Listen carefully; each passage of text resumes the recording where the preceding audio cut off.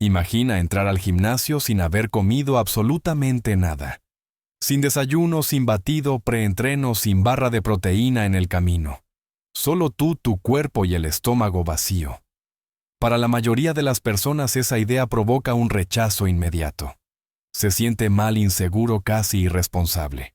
Probablemente lo has escuchado toda tu vida, necesitas combustible para entrenar. La comida es energía. Sin comida hay debilidad. Esa creencia está tan profundamente arraigada que cuestionarla resulta incómodo. Pero aquí viene la verdad incómoda, que casi nadie se detiene a examinar la comida que comes justo antes de entrenar. En realidad no es la que impulsa ese entrenamiento. No de la forma en que crees. Y cuando entiendes por qué toda la conversación sobre el ejercicio en ayunas cambia por completo. La mayoría de las personas confunde sentirse con energía con estar realmente abastecido de energía. Cuando comes antes de entrenar, tu cuerpo libera hormonas en anticipación a las calorías que están por llegar. Esa respuesta hormonal puede hacerte sentir listo, alerta, incluso fuerte. Pero esa sensación no proviene de la comida que acabas de ingerir. La energía que usas durante ese entrenamiento fue almacenada en tu cuerpo mucho antes de que pisaras el gimnasio. Y eso plantea una pregunta mucho más interesante si el combustible ya está ahí. ¿Qué ocurre realmente cuando entrenas sin comer en absoluto? ¿Y por qué algunas personas se sienten más lúcidas, más definidas y con mayor control cuando lo hacen?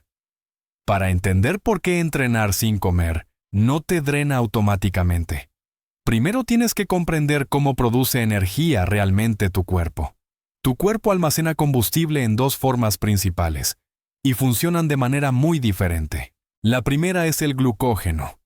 El glucógeno es simplemente glucosa almacenada en el hígado y los músculos, y es la fuente de energía más conveniente para el cuerpo. Es rápida, eficiente y de fácil acceso. Un adulto promedio almacena aproximadamente entre 400 y 500 gramos de glucógeno, lo que equivale a unas 1.600 a 2.000 calorías de energía utilizable. Dependiendo de tu nivel de actividad, esa reserva puede durar entre 12 y 24 horas.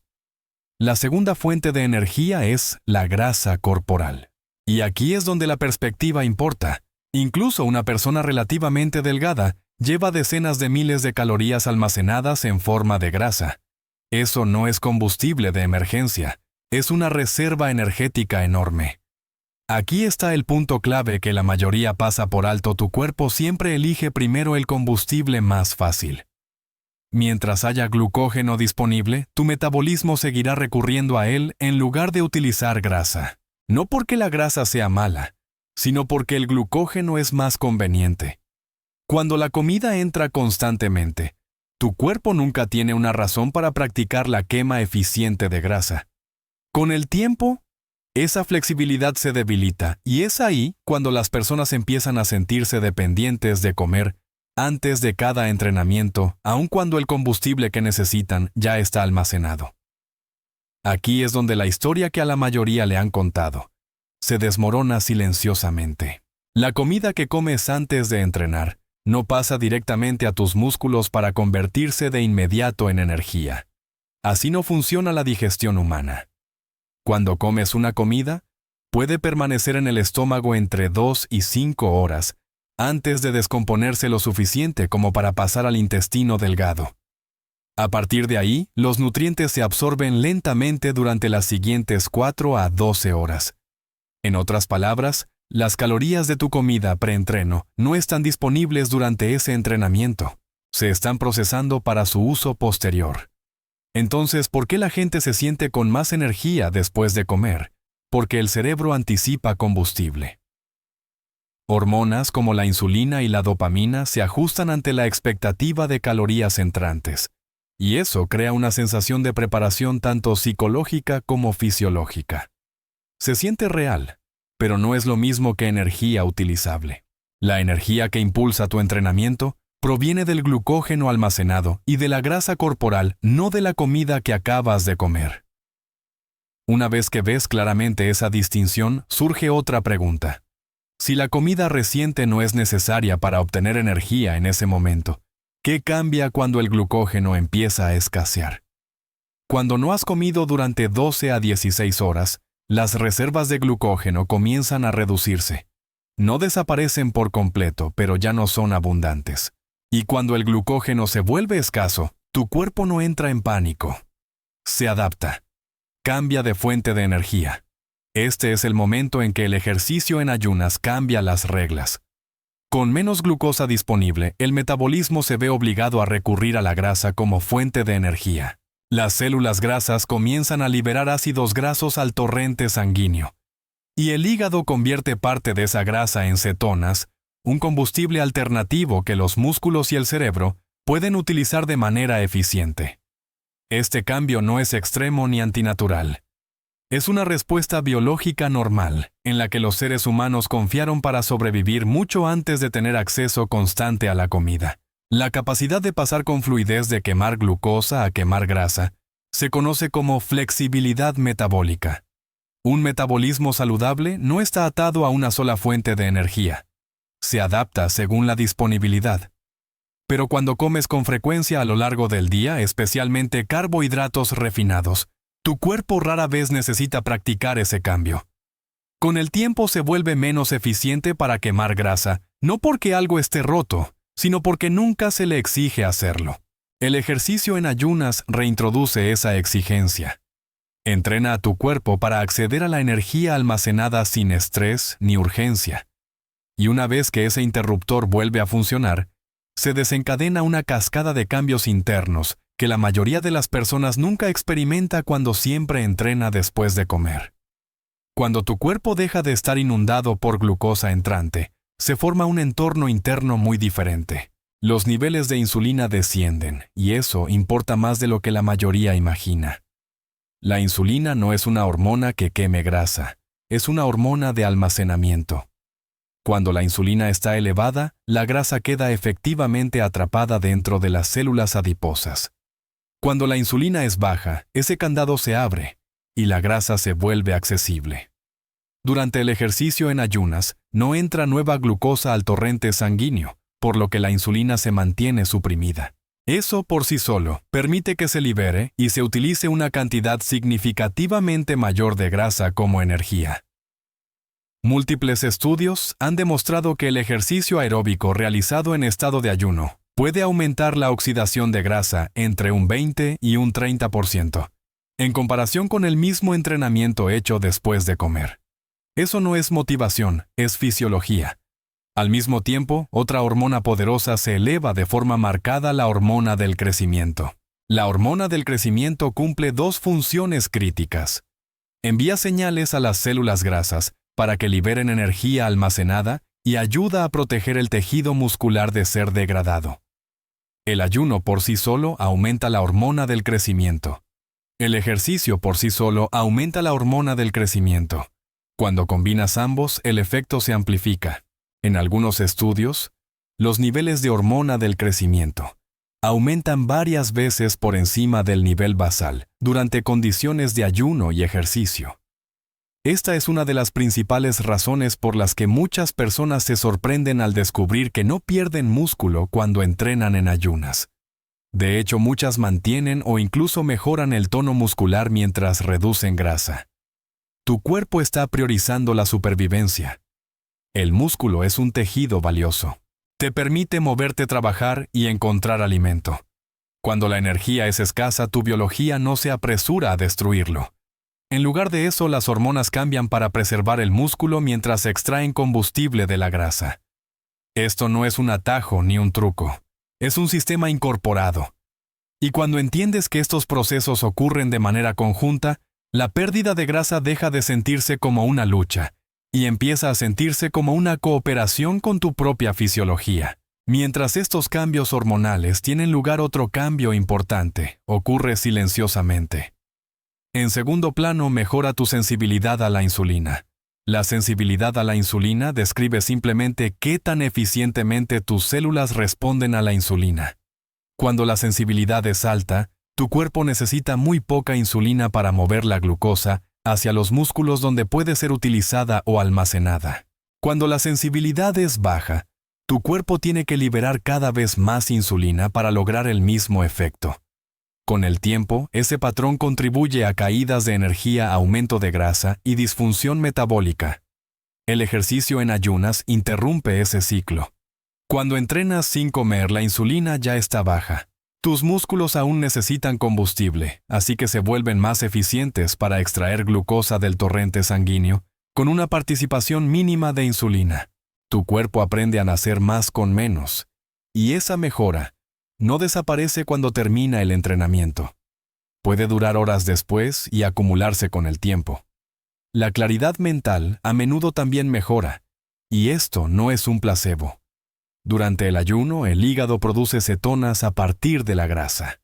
Las cetonas atraviesan la barrera hematoencefálica y proporcionan una fuente de energía estable y eficiente para el cerebro. Muchas personas reportan sentirse más calmadas, más lúcidas y más concentradas cuando entrenan en ayunas. El ayuno y el ejercicio también aumentan una proteína llamada BDNF, que favorece el aprendizaje, la memoria y la resiliencia cerebral. Si además se suma un aumento de la norepinefrina, un neurotransmisor vinculado al estado de alerta, el cambio mental empieza a tener sentido. Tu cerebro está respondiendo a un estado que reconoce como significativo y adaptativo. Existe una razón evolutiva por la que todo esto funciona de manera tan fluida. Durante la mayor parte de la historia humana, la comida no estaba garantizada. Nuestros antepasados no se despertaban, desayunaban, y luego decidían si tenían suficiente energía para moverse. Se despertaban con hambre, y tenían que moverse primero para poder comer después. Cazar, recolectar, recorrer largas distancias, todo eso ocurría en estado de ayuno. Si el cuerpo humano se volviera débil, confuso o frágil sin comida, nuestra especie no habría sobrevivido. Se seleccionó el rasgo opuesto. Aquellos que se volvían más alertas, más enfocados y más capaces cuando la comida escaseaba, fueron los que vivieron lo suficiente para transmitir sus genes. Tu cuerpo todavía conserva esa programación. No interpreta el ayuno a corto plazo como un peligro. Lo interpreta como una señal para movilizar recursos, agudizar el enfoque y conservar lo que más importa. El rendimiento en ayunas no es un truco moderno. Es una característica ancestral. Entender que el ejercicio en ayunas puede funcionar es una cosa. Saber cómo aplicarlo de forma inteligente es lo que realmente lo hace sostenible. No todo movimiento exige lo mismo de tus sistemas energéticos, y esa distinción importa cuando no has comido. El ejercicio aeróbico de intensidad baja a moderada suele funcionar mejor en estado de ayuno. Actividades como caminar a paso rápido, trotar suavemente, ciclismo ligero o nadar de manera constante dependen en gran medida de la grasa como combustible. Por lo general, puedes mantener estos esfuerzos durante largos periodos sin sentirte agotado incluso después de muchas horas sin comida.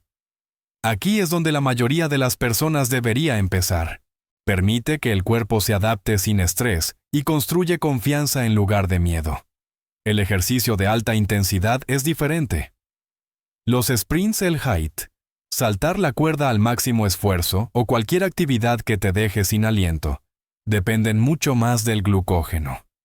Cuando el glucógeno ya está parcialmente reducido por el ayuno, el rendimiento puede sentirse comprometido al principio. Eso no significa que sea imposible. Significa que la adaptación lleva tiempo. Algunas investigaciones muestran que después de varias semanas de adaptación metabólica, las personas pueden mantener un rendimiento de alta intensidad, incluso con una menor disponibilidad de glucógeno. Pero apresurarse en este proceso es donde empiezan los problemas. La adaptación recompensa la paciencia. El entrenamiento de fuerza se sitúa en un punto intermedio. Puedes levantar pesas en ayunas y muchas personas lo hacen. La hormona del crecimiento ayuda a proteger el músculo durante la sesión. La clave está en lo que ocurre después. Los músculos necesitan proteína para repararse. Entrenar en ayunas y luego retrasar demasiado la nutrición elimina los materiales básicos que el cuerpo necesita para reconstruirse. Aunque el ejercicio en ayunas puede ser poderoso, no es adecuado para todo el mundo. El contexto importa. Si estás embarazada o en periodo de lactancia, tu cuerpo tiene demandas nutricionales elevadas y este no es el momento para experimentar. Si tienes antecedentes de trastornos de la conducta alimentaria, el entrenamiento en ayunas puede reforzar patrones poco saludables y solo debería considerarse con supervisión profesional. Las personas con diabetes tipo 1 o cualquiera que use insulina deben ser especialmente cautelosas porque la regulación del azúcar en sangre se vuelve mucho más compleja sin comida. La enfermedad renal crónica, un peso corporal significativamente bajo o el uso de medicamentos que deben tomarse con las comidas también son situaciones claras en las que el ejercicio en ayunas puede causar más daño que beneficio. Incluso si por lo demás estás sano, tu cuerpo te avisará cuando algo no va bien. Mareos persistentes, palpitaciones que no se resuelven tras descansar, confusión en lugar de claridad. Debilidad extrema o náuseas son señales para detenerte. No son medallas de disciplina, son advertencias. Aquí se aplica una regla simple: si los síntomas no mejoran dentro de los 10 a 15 minutos después de descansar e hidratarte, termina la sesión y come algo ligero. El ejercicio en ayunas debe sentirse controlado, no castigador. Cuando unes todo esto, una cosa queda clara: hacer ejercicio en ayunas no es imprudente, no es extremo, y no es algo reservado para atletas de élite o biohackers. Es una herramienta, y como cualquier herramienta funciona cuando se utiliza con comprensión y moderación. Tu cuerpo nunca fue diseñado para necesitar comida constante para funcionar. Fue diseñado para adaptarse, cambiar de fuentes de energía y proteger lo que más importa cuando los recursos son limitados. El ejercicio en ayunas simplemente le da a tu metabolismo una razón para recordar cómo hacerlo. Esto no significa que todo el mundo deba entrenar con el estómago vacío. Significa que ahora entiendes cuándo puede ayudar, cuándo puede perjudicar, y cómo abordarlo sin sacrificar el rendimiento muscular ni la salud a largo plazo. El objetivo no es el sufrimiento. El objetivo es el control. Control sobre tu energía, tu metabolismo y las señales a las que tu cuerpo responde cada día. Así que aquí está la pregunta real. Algunos entrenadores insisten en que nunca debes ejercitarte sin comer. Otros aseguran que entrenar en ayunas es la única forma correcta de hacerlo. Después de escuchar el panorama completo, ¿dónde te sitúas tú? ¿El ejercicio en ayunas está sobrevalorado, infravalorado o simplemente mal entendido? Déjamelo saber en los comentarios. Y si esto te ayudó a ver tu cuerpo de otra manera, suscríbete para más contenidos basados en la ciencia sobre cómo funciona realmente tu cuerpo.